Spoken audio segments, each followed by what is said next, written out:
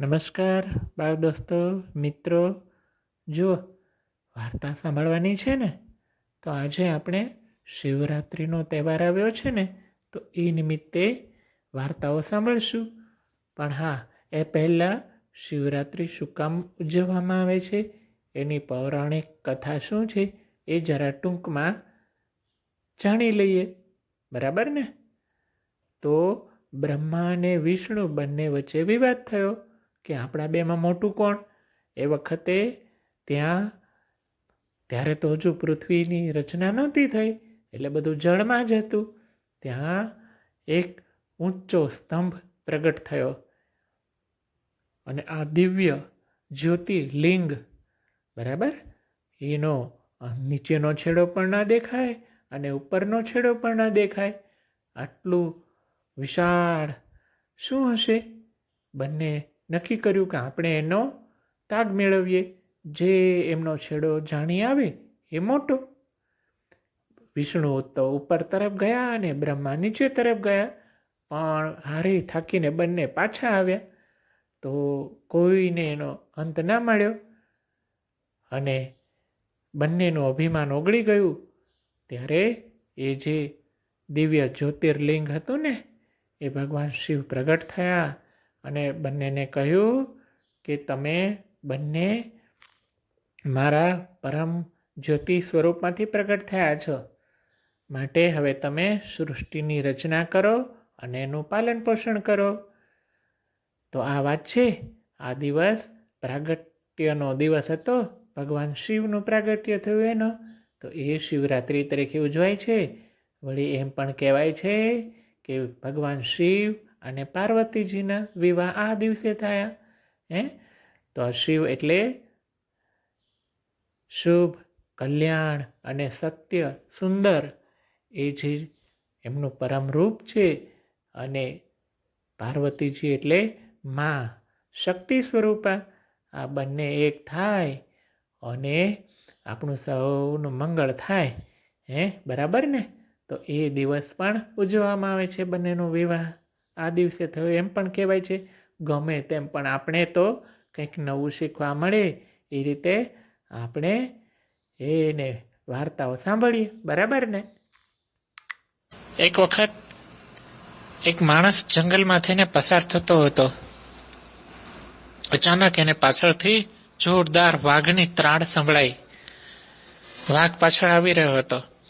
માણસ પોતાનો જીવ બચાવવા આમ તેમ દોડવા લાગ્યો. એક મોટું વૃક્ષ જોયું. જેમ તેમ કરી અને વૃક્ષ ઉપર ચડી ગયો. વાઘ પણ તે ઝાડ નીચે આવ્યો અને નીચે બેઠો.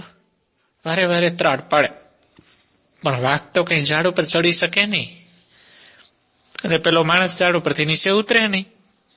આમ રાત પડી ગઈ, પણ વાઘ તો ત્યાંથી જવાનું નામ જ ના લે અને મોટે મોટેથી ત્રાડો પાડે. માણસને ડર લાગતો હતો. બીજી તરફ રાત થઈ ગઈ હતી. ઝાડ ઉપર એમને બેસી રહેવામાં પણ જોખમ. ઝોલા આવે, પડી જવાનો ડર લાગે, એટલે ઝાડના પાન તોડી તોડી નીચે નાખતો જાય અને ગણતો જાય. પોતાની સાથે પાણી પણ હતું, એ પાણી પણ ઉપરથી નીચે નાખ્યા કરે. આવી રીતે એ કર્યા કરતો હતો. એમ એનો સમય પસાર કરતો હતો. ધીમે ધીમે વાઘ શાંત થવા લાગ્યો. પેલા માણસને પણ વિચારોમાં પરિવર્તન આવવા લાગ્યું. એને પણ ખૂબ શાંતિ અને આનંદની અનુભૂતિ થવા લાગી. વિચારો પણ ખૂબ શુદ્ધ થવા લાગ્યા. એના હૃદયમાં શુદ્ધ ભાવો પ્રગટવા લાગ્યા. એને પણ નવાઈ લાગી, આવું કેમ અહીંયા થાય છે? એટલામાં તો ખૂબ મોડી રાત વીતી ગઈ. એવા વખતે વાઘ એટલો સ્વસ્થ અને શાંત થઈ ગયો કે હળવેકથી ઊભો થઈ અને ત્યાંથી શાંતિથી ચાલ્યો ગયો. માણસને ખૂબ રાહત થઈ. એ ધીમે ધીમે ઝાડ નીચે ઉતર્યો અને આજે અનેરો આનંદ આવતો હતો. ખૂબ શાંતિનો અનુભવ થતો હતો. પણ એને એ નહોતું સમજાતું આવું કેમ થઈ રહ્યું છે. એટલામાં તો ક્યાંકથી અવાજ આવ્યો, અરે ભાઈ, આજે તે મારી આખી રાત સેવા પૂજા કરી અને મને પ્રસન્ન કર્યો છે. હું તારા પર ખૂબ પ્રસન્ન છું. જોયે છે તો આ શું? આ તો સાચે જ શંકર ભગવાન, પણ અહીંયા ક્યાંથી?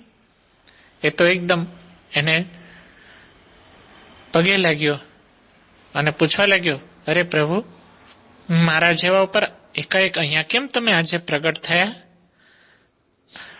ભગવાન કહે, અરે તને ખબર નથી, આજે તો મારો પવિત્ર દિવસ છે. શિવરાત્રીનો માઘ મહિનાની 13-14ની રાત છે. આજની રાતે જે કોઈ મારી સેવા પૂજા કરે, અરે જાણીને તો ઠીક, પણ અજાણતા પણ કરે તો પણ હું એના પર પ્રસન્ન થાઉં છું અને એની મનની કામનાઓ પૂર્ણ કરું છું. તે આજે આખો દિવસ ઉપવાસ કર્યો છે અને અત્યારે અહીંયા તે અજાણપણે આ બિલ્લીનું વૃક્ષ છે અને એના પર રહીને તે નીચે મને પાન ચડાવ્યા છે. અહીંયા મારું સ્થાપન હતું, અહીંયા તે મારા પર આખી રાત પાન ચડાવ્યા અને જળનો અભિષેક કર્યો છે, એટલે હું તારા પર પ્રસન્ન થયો છું. ભગવાને એને આશીર્વાદ આપ્યા. પેલો ખૂબ ખુશ થયો કે ભાઈ, અમે અજાણતા સેવા કરી અને મારું આટલું કામ થયું, આટલી મને શાંતિ મળી, આટલો આનંદ મળ્યો અને ભગવાન મારા ઉપર પ્રસન્ન થયા અને મને આશીર્વાદ આપ્યા. તો ભાવથી કરીએ, શ્રદ્ધાથી કરીએ તો કેટલો લાભ થાય. એ ખુશ થતો થતો પોતાના ઘર તરફ ગયો. આવી જ એક મિત્રો બીજી વાર્તા છે. એક શિકારી જંગલમાં શિકાર કરવા ગયેલો. સવારથી સાંજ સુધી શિકારની શોધ કરી, પણ એને કોઈ શિકાર ના મળ્યો. છેવટે થાકીને વિચાર્યું કે ખાલી હાથે ઘરે શું જવું, આજે તો રાત્રે પણ જો કંઈ મળી જાય તો શિકાર કરીને જ જવું છે. એ નદી કાંઠેના ઝાડ ઉપર ચડ્યો. વિચાર્યું કે કોઈક અહીંયા પાણી પીવા તો આવશે. એ ઝાડ પણ બિલ્લીનું જ હતું. એ ઉપર બેઠો. એવામાં દૂરથી એક હરણી પાણી પીવા આવતી હતી. હરણી જેવી નદીમાં પાણી પીવા જાય, અવાજ થતાં જ શિકારી બાણ લઈ અને તૈયાર થયો, એનો શિકાર કરવા ગયો. એ જ વખતે હરણી જરા અવાજ થતા એકદમ ચમકી અને જોયે છે તો શિકારીનો શિકાર કરવા આવ્યો છે. હરણી કરગરવા લાગી, અરે શિકારી ભાઈ, આજની મને થોડી વાર માટે રજા આપો, હું મારા બચ્ચાને એકવાર મળીને પાછી આવું છું. શિકારી કહે, એમ તે કોઈ પાછું આવતું હશે, એમ તે હું તને જવા દઉં? હું એવો કઈ મૂર્ખ થોડો છું, તું એમ મને છેતરીને જતી રહી શકે? આજ સવારનો જંગલમાં ફરું છું, પણ મને કઈ જ શિકાર મળ્યો નથી, એટલે આ તો હું તને નહીં જ છોડું. અરે ના, સાચે જ મારા બચ્ચા ખૂબ નાના છે, મને એક વારીની રજા લેવા જવા દો, બસ હું ખરેખર પાછી આવીશ. ખૂબ રડવા લાગીને કરગરવા લાગી. આખરે શિકારીને થોડી દયા આવી. કહે કે જા, પણ જોજે હો, ફરી પાછી આવજે, હું તારા પર એટલો ભરોસો કરું છું. હા, હું સાચે જ પાછી આવીશ. હરણી જાય છે. શિકારી ફરી ઝાડ ઉપર ચડ્યો. લ્યો, એક હાથમાં આવી એની મેં જવા દીધી. હવે શું ખબર એ આવશે? એ તો ઝાડ ઉપર ચડી અને નીચે પાન નાખ્યા કરે. એટલામાં એક હરણ આવ્યું. હરણે નદીમાં જેવું પાણી પીવા જાય, ઠીક, આનો શિકાર કરી લઉં એમ વિચારીને એનો શિકાર કરવા માટે ફરી ઝાડ નીચે ઉતર્યો. પણ જરા સરખો અવાજ થઈ જતા હરણે એકદમ જોયું, ત્યાં તો શિકારી એનો શિકાર કરવા બાણ તાકી રહ્યો છે. હરણું કરગરવા લાગ્યું, અરે શિકારી ભાઈ, મને થોડી રજા આપો, મને એવી ખબર નહોતી, પણ હવે હું હમણાં જ મારા ઘરે મારા બચ્ચા અને હરણીની રજા લઈને આવું, બસ પછી તમે મારો શિકાર કરજો.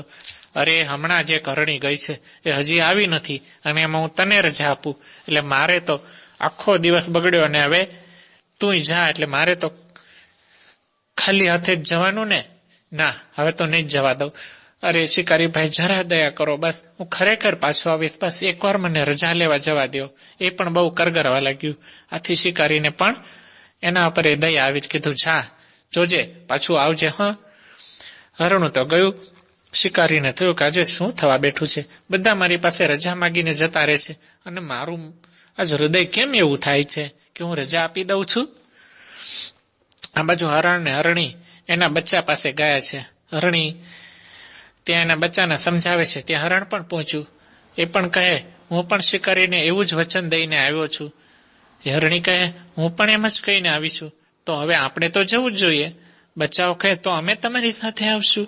ના, તમે જે નાના છો, તમે કઈ શિકારીને એવું વચન નથી આપ્યું કે શિકારી તમારો શિકાર કરવાનો નથી કહ્યું, માટે તમે ખુશીથી હજી જીવી શકો છો, આનંદ કરો, અમે જઈએ.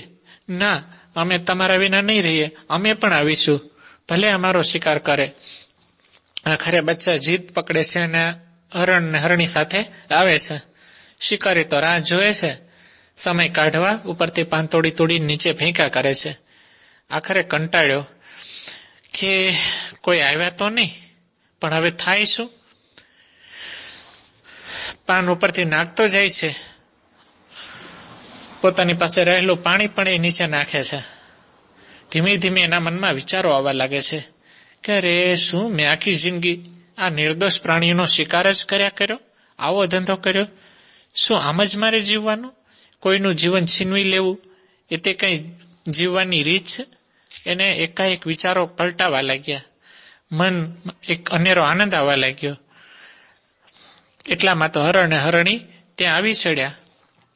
શિકારી તો સ્તબ્ધ થઈ ગયો, એને તો ખાતરી થઈ ગઈ હતી કે હવે કોઈ આવશે જ નહીં, પણ ત્યાં તો એ આવ્યા, સાથે બચ્ચા પણ હતા. હરણી કહે, લો અમે આવી ગયા, કરો અમારો શિકાર અને તમારી ભૂખ મટાડો. હરણ કહે, કરો મારો શિકાર. બચ્ચાઓ કહે, ના શિકારી ભાઈ, પેલા અમારો શિકાર કરો. શિકારી તો આ બધાને જોઈ અને સ્તબ્ધ થઈ ગયો અને કહે, ના, હવે મારે કોઈનો શિકાર કરવો નથી, મારે કોઈ નિર્દોષ પ્રાણીઓનો જીવ લેવો જ નથી. આજથી હું નક્કી કરું છું કે કોઈને મારીશ નહીં, તમે ખુશીથી જાઓ. બસ તમે આટલા સાચા બોલા અને હું મનુષ્ય છું અને હું આવી રીતે શિકાર કરું, આવો ધંધો કરું, એ તો તરત બાણ છોડી દેશે. હરણ અને હરણીને એના બચ્ચા ખુશ થતા થતા શિકારીને આશીર્વાદ દેતા ત્યાંથી જતા રહે છે. એટલામાં તો ત્યાં કોઈ આવી ઉભું એવું શિકારીને લાગ્યું. શિકારી કહે, કોણ છે અહીંયા? અરે વત્સ, હું છું. આજે તે આખી રાત મારી સેવા પૂજા કરી છે, તારા પર પ્રસન્ન થયો છું. હે, તમે કોણ? ભગવાન શિવ, જેને બધા શંકર ભગવાનના નામે ઓળખે. શિવ કહે, એ જ હું છું. પણ મેં તો તમારી કોઈ સેવા પૂજા કરી જ નથી. અરે તે અહીંયા ઉપરથી પાન તોડી તોડી અને મને ચઢાવ્યા છે, જળનો અભિષેક કર્યો છે. આ બીલીનું વૃક્ષ છે. જે કોઈ આજની રાત્રે મારા ઉપર આ રીતે બીલીપત્ર ચડાવે ને જળનો અભિષેક કરે, એના ઉપર હું પ્રસન્ન થાઉં છું. જાણીને કરે એનું તો કલ્યાણ થાય, પણ અજાણતા પણ જો થઈ જાય તોય હું એનો ઉદ્ધાર કરું છું, માટે તારા પર પ્રસન્ન છું. શિકારી તો ગળગળો થઈ ગયો. અરે, મેં તો કેટલા દુષ્કર્મો કર્યા છે અને છતાંય આજે મેં અજાણતા સેવા કરી અને મારો આટલો ઉદ્ધાર થતો હોય તો જે જાણીને ભાવથી શ્રદ્ધાથી કરે એનું તો કહેવું જ શું. બસ શિકારી ખૂબ પ્રસન્ન થયો અને એનું જીવન પલટાઈ ગયું. આપણે પણ શુદ્ધ ભાવથી જે કંઈ કરીએ, શ્રદ્ધાથી ને ભાવથી આપણે જે તે આપણા ઈષ્ટને માનીએ અને એની સ્તુતિ, સેવા, પૂજા, પાઠ, પ્રાર્થના એ બધું કરીએ તો આપણામાં પણ ખૂબ શુદ્ધ ભાવો પ્રગટે અને આપણું પણ કલ્યાણ થાય.